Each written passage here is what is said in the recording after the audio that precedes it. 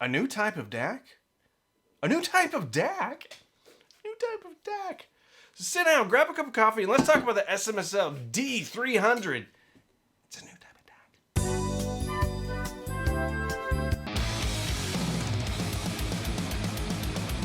A DAC is a DAC. What it does is it takes ones and zeros from a CD player, from your streamer, which could be an Apple TV, a Fire Stick, whatever it is, and a music streamer like a Node or a Weem Mini. And then it converts the ones and zeros into sweet, sweet notes, treble clefs, stuff like that. Almost all of the DACs that I've done videos on are Delta Sigma based DACs, which means they have a chip-based system. There are other DACs that have chip-based systems which aren't Delta Sigma, like Chord DACs, Mojo, Mojo 2, things like that. They do their own thing, which is cool. There's also another type of DAC technology, which is old school technology, called R2R. There's also multi-bit technology, which is kind of like R2R, but a little bit different. However, the majority of the DACs that you can go onto the Amazon and buy today are Delta Sigma DACs, which means they have a chip, processor, all that good stuff.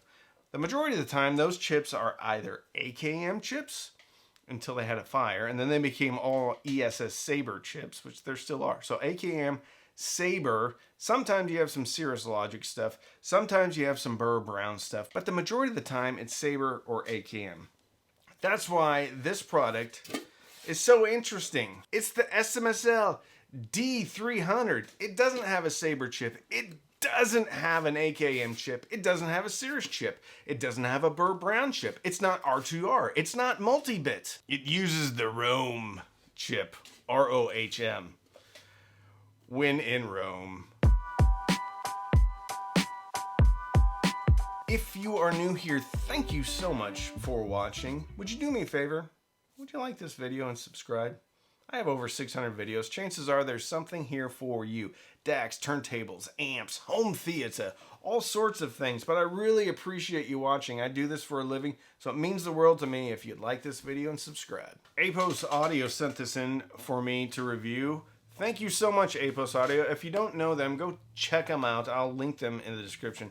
45-day returns. They usually have everything in stock. It's a great outfit. Apos Audio. Anyway, this is the SMSL D300. It utilizes the Rohm flagship DAC chip. And when I say flagship, I think it might be their only DAC chip. Rediscover your music in 30... all that stuff. You don't need to worry about that, okay? It's a DAC. It does everything the other DACs does. However, it does not have MQA because I don't think the Rohm chip supports MQA. Or the processor. I don't know. I don't know how MQA works. The takeaway is this does not do MQA. So, if you are a Tidal power user, probably not going to be the DAC for you. It says it has low jitter across all inputs, low noise, state-of-the-art Bluetooth, has all of the codecs. Codecs are just the way the information is packaged and then sent and unpacked, okay? There's a lot to do about sometimes nothing, but it has everything you need. SBC, AAC, aptX, aptX HD, and LDAC. LDAC, actually pretty good. So I don't really recommend Bluetooth, but when you are doing Bluetooth, LDAC is probably the way to go. Actually, it's just cheaper. Get a Weem Mini, and for 70 or 80 bucks, you have a fully functioning streamer and AirPlay, which are all way better than Bluetooth. Anyway, I digress. Tempered glass display, but it's a small tempered glass display. Smaller than a business card. That's okay though, I don't really care about the display. Fully featured remote control, which you're probably going to want to hold on to. You can do changes on the front with this little wheel type thing. And then there's 3 buttons right here. It's got great specs, great total harmonic distortion numbers, low ones. It's got great dynamic range numbers. It's got all the stuff. But what's on the back?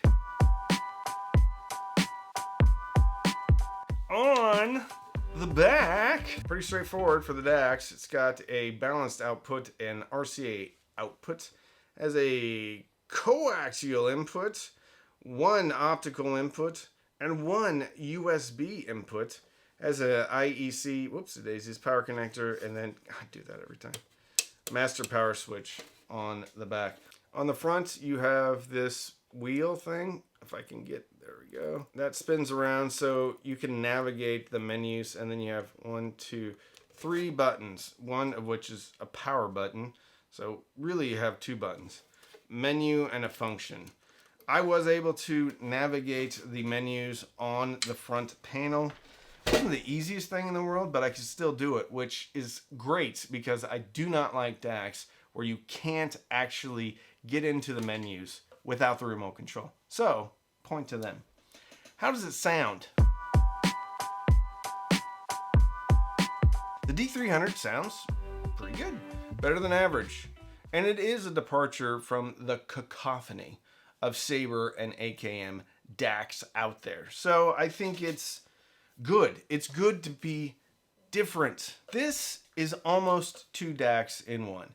Many DACs have what are called filter roll-offs. Some of them have up to 7 different types of filter roll-offs, and then they have some sound color modes that further enhances or changes the sound. I guess enhances could be argued. Changes the sound a little bit. Oftentimes those are almost impossible to tell a difference, especially the filter roll-offs. There are only 2 filter roll-offs with the D300. There's a fast and a slow. And guess what? I actually heard quite a difference. Almost like having 2 DACs. Initially, I liked the slow roll-off because I thought it was more natural sounding. And DACs have a tendency from SMSL, topping, a lot of those DACs have a tendency to be goose-starred harsh on top. A little bit harsh, a little bit digital, a little bit hard in the cymbals and the attack and percussion and things like that. The slow roll-off was more natural sounding to me. But I listened to it for a while on the Hyphaman Edition XS, as well as the Meze 109, as well as the Wharfdale Denton 80th Edition, going through a pair of Schit tier monoblock amps. But then I started thinking, let's give this fast roll, because initially when I started listening, it was in the fast roll-off. Put it back into the fast roll-off mode, thinking that maybe it's going to be sibilant, and it wasn't. It was slightly less behaved than the slow, but it was definitely more exciting. I don't really know which one had more dynamic range. And when I say dynamic range, I'm not talking about what you measure on an APX machine. What I'm talking about is just the difference between the punch and the quiet, and just how engaging the music actually is. Both dynamic. Funny enough though, I think if I was keeping this in my system, I would leave it on the fast roll-off. But if you get in a pair of bright speakers or some bright headphones, you can change it into slow and it kind of balances things out. And I really like that about this. I like 2 DACs in one. So let's talk about what I don't like. Well, first of all, it feels a little light, feels a little chintzy, a little hollowy, and I don't think this thing has a linear power supply. It doesn't feel like there's a toroid in here. It says it's a specially designed discrete component stabilized power supply, and multiple low noise stabilized power supplies provide low noise power supply for analog circuits. Well, there you go. The other thing I don't like about this is, although there are controls on the front, this little wheel design, I don't like it. It's hard to turn. Like, even if you get your finger into the little indent, it can be hard to turn. My finger slides off here. And what I usually do is just kind of take the flat part of my finger and just kind of roll it a little bit. It works, but again, it feels a little bit chintzy. And this thing is $400.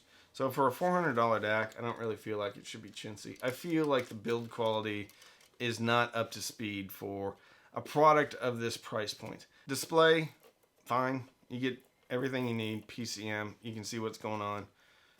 It's small, but again, I don't really care. The design of it is pretty plain Jane. You just have this faceplate, and it's a little bit wider than the rest of it. It's got a rough coating here on the side. Again, it doesn't matter to me, but it feels really chintzy. I don't like the controls. Kind of splitting hairs though. It does work. It just doesn't feel like even if you look at another SMSL DAC in the $400 range, those feel a lot better, like the SU9N, SU10, although I think the SU10 is a little bit more expensive. D500. They all just feel better. So what are my final thoughts? I do like that it has the Rohm chip. I do like that it's a departure. I think it does sound different. I think even in the fast roll-off mode, it has an exciting sound. It's not over the top like the E30 Mark II, like a SU8. It's not digitally harsh. It does sound like a more mature, better DAC from the entry-level DACs. The problem is, I don't think this is built on par with the $400 price range. I think if this came in around $250 to $300, that might be a different story. But at $400, unless you're really after that sound, and I think it's a good sound, and it is kind of like having two DACs in one, which is really nice. Because most of the other DACs just have a whole bunch of modes that really don't do much. That's probably my favorite thing about this DAC, is the two different roll-offs. Otherwise, I think there are a ton of other DACs to choose from. Funny enough though, I like this DAC because I would use the two filter roll-off modes. And most of the time, I wouldn't use any of the other options on other DACs. So through simplicity, I think you're actually getting more usability out of this thing. So instead of setting it and forgetting it, if something comes on or you're changing speakers or there's a track that's a little bit sibilant, you can just put it into slow and it's going to calm that down a bit. I like it. I don't like the price. I like the fact that it's different. If they could resolve some of the styling, make it a little bit more refined. Listen to me. It needs to be more refined stylistically. I mean, usually I don't care about that stuff, but this just feels chintzy, a little bit older. There's a lot of other DACs out there in this price range that look and feel way better. Does that matter to you? It might not. Good product. I would have no issue having this in my home. The problem is I have the Shelly Labs J2 AKM. And how that stacks up is the AKM seems much more dynamic and much more balanced. The good thing about the J2 is I don't feel like I need to tweak it in any way. It's better than this. I would say there's some clarity in the mid-range that the J2, it doesn't walk all over this, but through the mid-range it feels like vocals are cleaner. Definitely more bass on the J2. Amount and clarity. As far as soundstage goes, the SMSL D300 is good. It's not the biggest soundstage I've ever heard. It's not the smallest soundstage. I think front to back layering is probably where this thing kind of shines, but again, I think it's still beaten by the J2 from Shelly Labs. I like this DAC, but the problem is it fits into a price category that it was just jammed. If you want something different, you can get this. Keep in mind, it's probably not going to be built as well as the other DAC. So if you want to support the channel, you can sign up for Patreon, patreon.com/cheapaudioman. Every Sunday night, we have Patreon-only Zooms, Patreon-only Discord, Patreon-only Facebook. You can also use the affiliate links in the description. If you click in I do get a commission, but it doesn't cost you any more, so it's a great way to support the channel. You can also sign up for Amazon Music, Tidal, Rune, links in the description. Click sign up. Even if you quit, I still get a couple of dollars. You can also buy a coffee mug, which I don't seem to have.